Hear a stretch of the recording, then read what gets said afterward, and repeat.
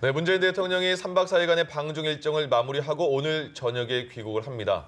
네, 이번 방중 외교의 성과와 또 한계점은 무엇인지 자세히 짚어보는 시간 가져보겠습니다. 네, 오늘 이 시간 임성준 전 청와대 외교안보수석 모셨습니다. 어서 오세요. 안녕하세요. 네, 안녕하세요. 예, 일단 오늘 일정 먼저 얘기를 해보겠습니다. 네. 충칭을 방문을 했습니다. 네. 한국 대통령, 현직 대통령으로서 처음 방문을 했다고 하는데 뭐 하나하나 방문한 곳마다 의미가 있겠습니다만은 먼저 충칭을 방문한 거 어떤 의미를 부여할 수 있을까요? 네, 대개 국빈 방문 하시는 경우에는 이제 그 나라 수도에서 네. 정상회담 등 중요 일정을 이제 하시고, 예. 그다음에 이제 지방 도시를 뭐 대개 한 곳 내지 두 곳 방문하는 것이 이제 관례로 되어 있습니다. 네.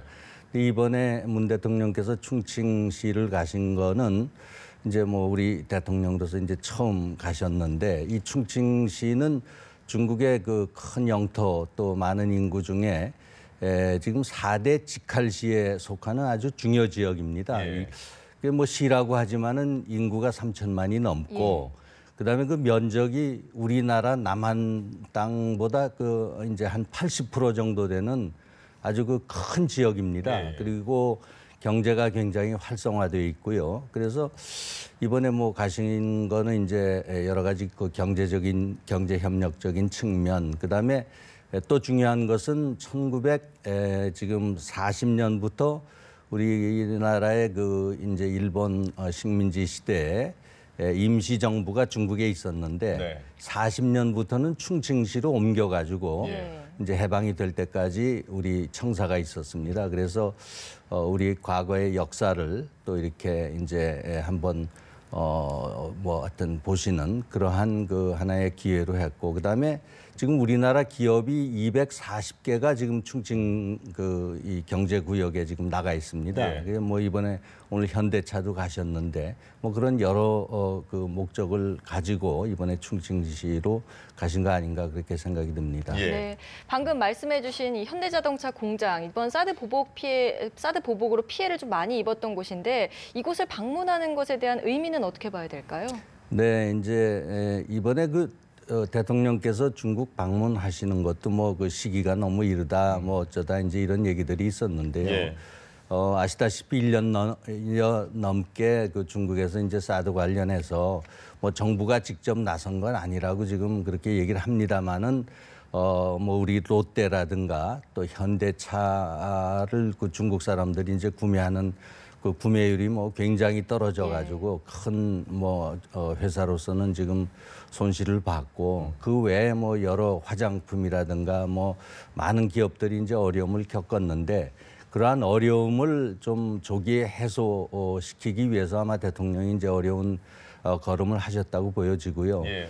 지금 그동안에 뭐 현대차가 여러 군데 공장을 지었는데 충칭시에 5번째 이제 현대차 조립 공장이 지금 들어선 겁니다. 네. 그래서 크게 이번에 뭐 공장 준공식도 못한 것으로 제가 듣고 있고요.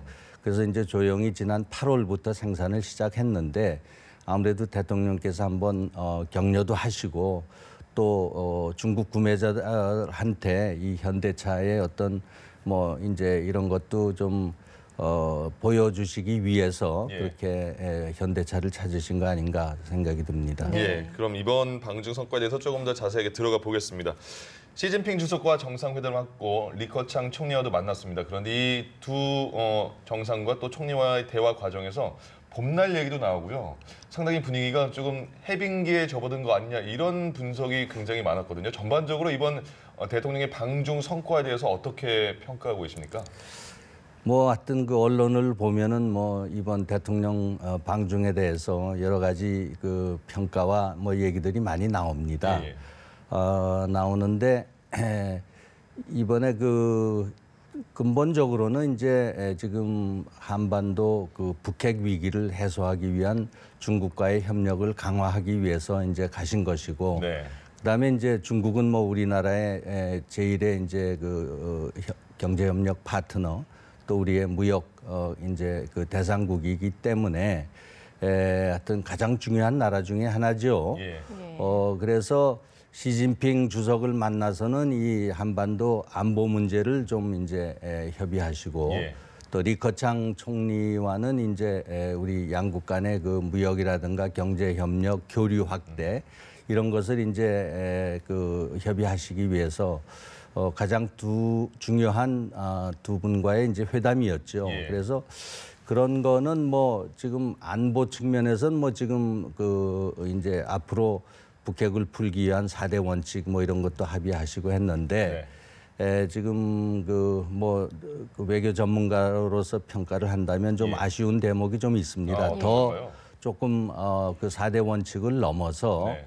지금 우리가 북핵 위기를 돌파할 수 있는 그런 구체적인 그런 성과가 조금 아쉬웠다. 네. 뭐 이거는 지금 좀 상세히 말씀을 드리면은 지금 그 한미 동맹과 또 국제사회 유엔을 중심으로 한 그 제재와 압박을 지금 가하고 있는데 중국도 더 적극적으로 참여를 해서 북한을 좀 억제시키는 그러한 방안의 구체적인 합의를 아마 좀 생각을 하셨는데 그 부분이 지금 뭐 이번에 공동성명도 나오지 않고 네. 조금 아쉽게 생각되는 대목이고요.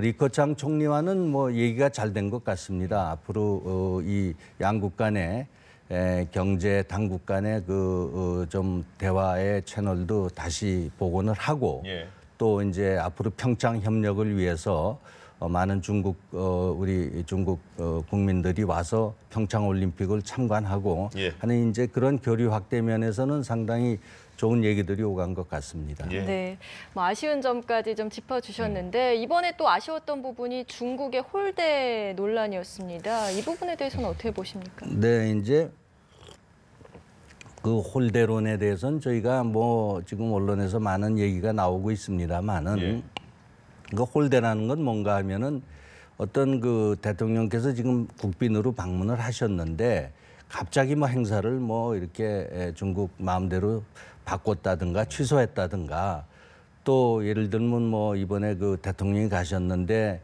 영접 인사가 차관복급이냐 왜 뭐 이런 거에 대해서는 사실 그 사전에 저는 뭐 제가 직접 관여를 안 했기 때문에 잘 모르지만 분명히 합의가 있었을 겁니다. 이번 대통령 도착하시면 차관보가 나오고 또 뭐 식사는 시진핑 주석과 이렇게 하시고 몇 번 하시고 이런 것들이 다 양국의 합의가 됐는데 그 합의된 것을 깨면서 우리 대통령한테 무례를 했다면 이제 이게 홀대론인데 이거는 정부 간에 이제 합의를 다 봐서 진행이 된 거기 때문에 그 면에 대해서는 좀 우리가 냉철하게 봐야 될 부분이 있습니다. 긍정적인 점과 아쉬운 점까지 말씀해 주셨는데 또 이게 찬물을 확 뿌린 그런 사례도 있었습니다. 한국 기자, 사진 기자를 또 중국 경호원들이 폭행하는 그런 사건이 났고 중국 관영 황구시보는 잘못된 일이지만 중국 정부를 거기에 관여시키지 마라 이렇게 보도까지 냈거든요. 그거는 어떻게 보셨습니까? 그 부분이 이제 이번 우리 대통령 방문 뭐 여러 가지 그 문제 중에 가장 악재였습니다. 그러니까요. 이것은 일어나지 말아야 하고 절대로 그런 사건이 없었어야 했을 텐데 뭐 이제 일어나 가지고 이것이 이제 대통령 방중 전체 분위기를 뭐 흐리게 하고 우리 국민들에게 이제 뭐 참 안타까운 그런 마음을 막 이렇게 불러일으켰는데 그 부분은 저는 그 분명히 좀 짚고 넘어가야 된다고 생각을 합니다. 이제 국빈 뭐 대통령이 어느 나라를 공식 방문하게 되면은 모든 안전과 경호의 책임은 그 이제 맞아들이는 접수국에 있습니다. 그래서 이번 행사가 뭐 우리가 코트라가 주관했다, 누가 주관했다 이유 여하를 불문하고 대통령의 안전을 지키거나 그러한 그 관련해서 불상사가 나면은 그건 있을 수가 없는 일입니다. 저도 뭐 대통령 그 국빈 뭐 공식 방문 뭐 10여 차례 이상 제가 직접 관여를 했고 또 수행도 해봤는데 뭐 이런 일은 한 번도 겪은 적이 없었고요. 그래서 이 부분은 중국 정부가 어쨌든 그 우리 이러한 일이 일어난 데 대해서 정식으로 사과를 하고 수습을 하고 또 책임자를 그렇게 엄중문책하겠다는 입장을 밝혀야 옳다고 봅니다. 네. 자, 이런 가운데 미국과 중국 사이에서는 북한의 급변 사태에 대한 깊은 수준의 밀담이 오갔다 이런 이야기도 좀 전해지고 있습니다. 이런 때일수록 강대국에게 조금 더 분명한 메시지를 전해야 한다 이런 이야기도 나오던데요. 네, 그 부분은 어떤 얘기가 뭐 오갔다 하는 거는 그 공식적으로 밝혀진 바가 없기 때문에 예. 그게 그 내용이 어떤지 뭐 저희는 추측할 수밖에 없지만은 물론 지금 우리가 지금 강대국들 너무나 큰 강대국들 세계 최고의 G2라든가 예. 또 일본만 해도 아직도 경제 대국이고 그다음에 러시아가 있고 이러한 그 강대국들 사이에 이제 둘러싸여서 여러 가지 우리의 목소리를 내고 또 우리가 모든 그 안보 문제라든가 이런 데 주도권을 이제 행사하기에 참 어려운 그러한 그 지정학적인 위치에 있죠. 예. 그렇지만 저희는 지금 우리나라가 그간에 이제 경제를 발전시키고 또 민주화를 이루고 지금 경제만 해도 세계 10대 저희가 이제 경제 대국에 들어가는 그러한 마당이기 때문에 저희를 이렇게 그 요새 패싱이란 말이 좀 그렇게 많이 돌아다닙니다만은 예. 우리를 그렇게 넘어서 어떤 비밀의 그 합의가 이루어져 가지고 우리나라가 그런 것을 감수해야 된다. 이런 일은 저는 일어나지 않을 거라고 봅니다. 예. 그래서 지금 우리 대통령께서도 이 한반도 문제, 북한의 핵 문제 우리가 주도권을 가지고 열심히 지금 하시는 거 아닌가 저는 그렇게 보고 있습니다. 네. 예, 알겠습니다.